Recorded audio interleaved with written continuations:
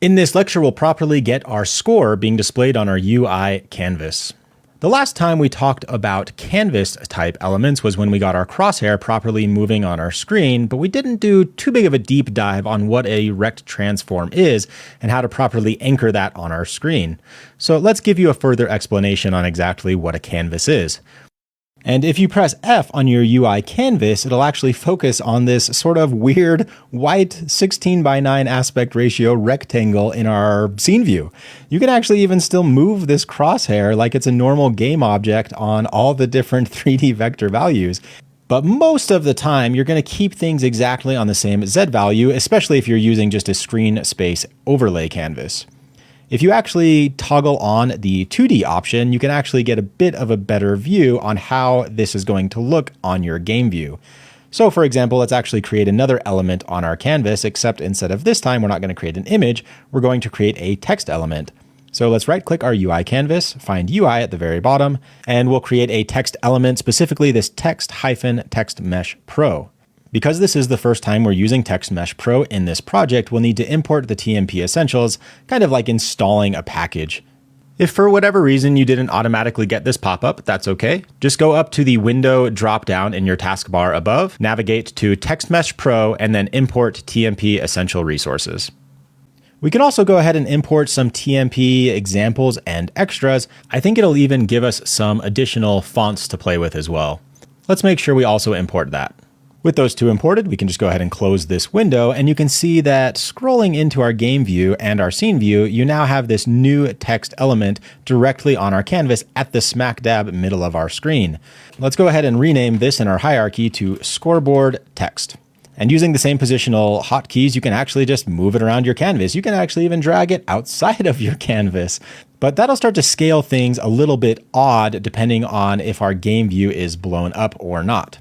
Now you can see it's properly scaling. That's because the UI canvas itself has this canvas scaler with the UI scale mode of scale with screen size. That's all good and dandy. Let's go ahead and once again click our scoreboard text and just briefly have a conversation about how a rect transform differs than a normal transform in world space. If you click this top left image where it says middle and center, it'll give you a few different anchor preset options. And this might feel familiar to something like a CSS element using HTML if you're familiar with any sort of web development. You can actually just click this very top left one, and you can immediately see this anchor, these four little triangles, anchor to the very top left of our canvas. You can actually hold Alt, as it says here, to also set the position, and it will also move this element to the top left as well. So let's just go ahead and do that. Another option is holding Shift to also set the pivot point. You can actually see as I toggle off and on Shift and or Alt, you can set both the pivot point and the position of your element at the same time. Let's go ahead and do that. So holding Shift and Alt, I'm going to go ahead and click the very top left one to not only move, but anchor and pivot our element to the very top left. That will ensure that when you blow up your game view, even if you were to build and compile your game and send it to someone with a different monitor, that the text will always appear in the top left, except I'm not actually seeing it. I think we're getting that same sort of bug. There we go. We can now see that new text element always properly being anchored and positioned in our very top left of our screen. If you shift your eyes back over to the right with the inspector, you've got a bunch of different options and settings that you would expect to see. Things like font, how it's aligned, if you want to drop shadow or an outline at all, the color of the font, things that you would expect to see with a normal text editor. So let's get that looking a little bit more presentable. I'm going to click this input field here, this text input field, and change it from new text to just some placeholder text. Let's just put 00000 zeros, just as some nice placeholder score text so we can kind of get a gist of what it might look like in our game view. So for example, if you want to actually use some of the out-of-the-box TMP text font options, you can just click this font asset field and have a play with a few different fonts. Stating the obvious, it's way too small. We're going to also want to increase our font size as well. For now, I'm just going to go ahead with Roboto. I think that kind of looks nice with the sci-fi sort of theme we're going with. Before we go any further, I'd like to introduce you to this lecture's challenge. Create a TMP text element on your UI canvas if you haven't already. Go ahead and select a font of your choice and just have a play with some of the rect transform and TMP text element settings. to properly anchor it to your top left, but to also get a visual result that you're satisfied with. Take a moment to do that, pause the video, and I'll see you back here shortly to go through my solution together. Welcome back. I'm not going to do anything too complicated. I'm actually going to grab my vertex color field, actually grab this eyedropper directly, and just match it to this nice sort of tealy blue color, just to stick with a nice color palette. I'll ramp my font size way up, probably to something like roughly 100, I think feels about right. But you're seeing that it's actually wrapping around. Well, lo and behold, right down here on our text wrapping mode, we have a drop down that we can just change from normal to no wrap. Alternatively, you could have actually kept that and just increased the actual element size on your canvas to make sure that it wouldn't actually wrap around once it hit the rightmost border. Either solutions would have been just fine. To help our text pop a little bit off of our UI canvas, I'm going to also toggle on this drop shadow option, which in this case is called an underlay. I'll go ahead and click my color and just ramp up my alpha transparency a bit to make sure everything's a little bit more clear. Change the offset just a little bit. I know you can barely actually see this making a difference actually happening in real time. And although it's not much of a difference, I think it's actually noticeable enough. You can see the differences it makes just toggling that off and on, just making it pop a little bit more off of our UI canvas. The next step is getting it to properly display in our Scoreboard class. You can actually double click the console logs and it will open up directly where that's coming from in your code editor. So if I just double click that up, it'll open up our Scoreboard class.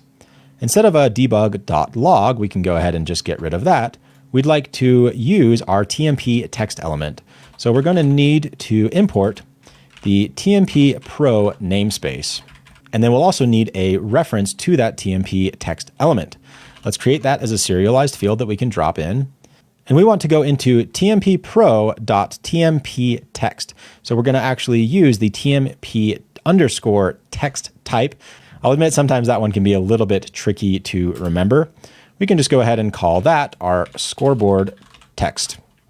Inside of increase score, after we update our score, let's go into scoreboard text. And then again, scoreboard text is just the component itself, not actually the specific property we're trying to modify. So we're going to need to also go into scoreboard text.text to modify the input field property. And change that to score. What you'll see is actually not working. So why is that? Scoreboard text.text is going to need a string value, but score is an integer, so these are clashing data types. Luckily in C#, to change something from an integer to a string reference, we can actually just type dot to string, and that will change that integer data type to a string to properly be displayed as a text element on our canvas. Nice, let's give that a save and try that out back in Unity. In our hierarchy, let's go ahead and click our scoreboard and make sure we just drag in our scoreboard text field properly. However, I'm not actually sure what is a child of this scoreboard text element, TMP submesh UI. I don't actually know when that got added. I feel like I accidentally hit a hotkey at some point. I'll have to look for that when I watch my own recording. For now, I don't believe we need that. Let's just go ahead and delete our child game object on our scoreboard text. For now, let's just go ahead and hit play and make sure everything is working correctly. All right, I am shooting our ships and we've properly got our UI being displayed and updating our score each and every time an enemy ship is being destroyed. Just as a small preference, instead of actually having by default 5 different zeros on our scoreboard text, I'm just going to change that to a single 0 now that we know what it looks like. That way, when you destroy your first ship, it doesn't go from 5 digits to 2, for example. The very last thing I'd like to do is just give myself a little bit of padding on my leftmost numeric value. So with my scoreboard text selected, slide this over ever so slightly to give myself roughly the same margin on the top as the left as well, just so it's not completely cramped over here on the left side. Well done on this lecture. When you're ready to move on, I'll see you in the next one.